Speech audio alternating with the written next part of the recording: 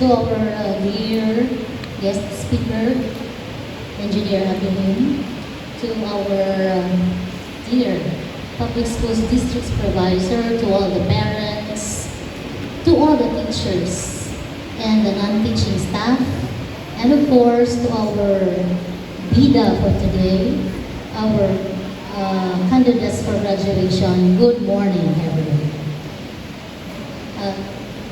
Dr. Julie S. Talimudaw, the Public Schools District Supervisor of District 2, at the same time the representative of our Schools Division Superintendent, Dr.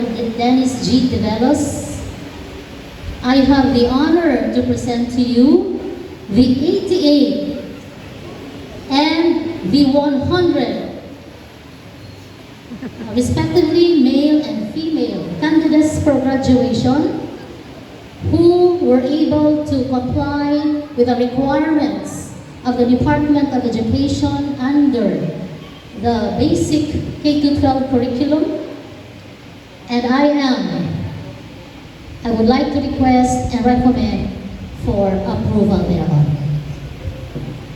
By virtue of the authority vested in me by our Schools Division Superintendent, Dr. Dennis G. Develos, and upon the recommendation of your school head, Ma'am Selima de la Cruz, I hereby confirm and approve your graduation today, March 30, 2025, and this is for school year 2025-2026. Congratulations, children, and to the parents too.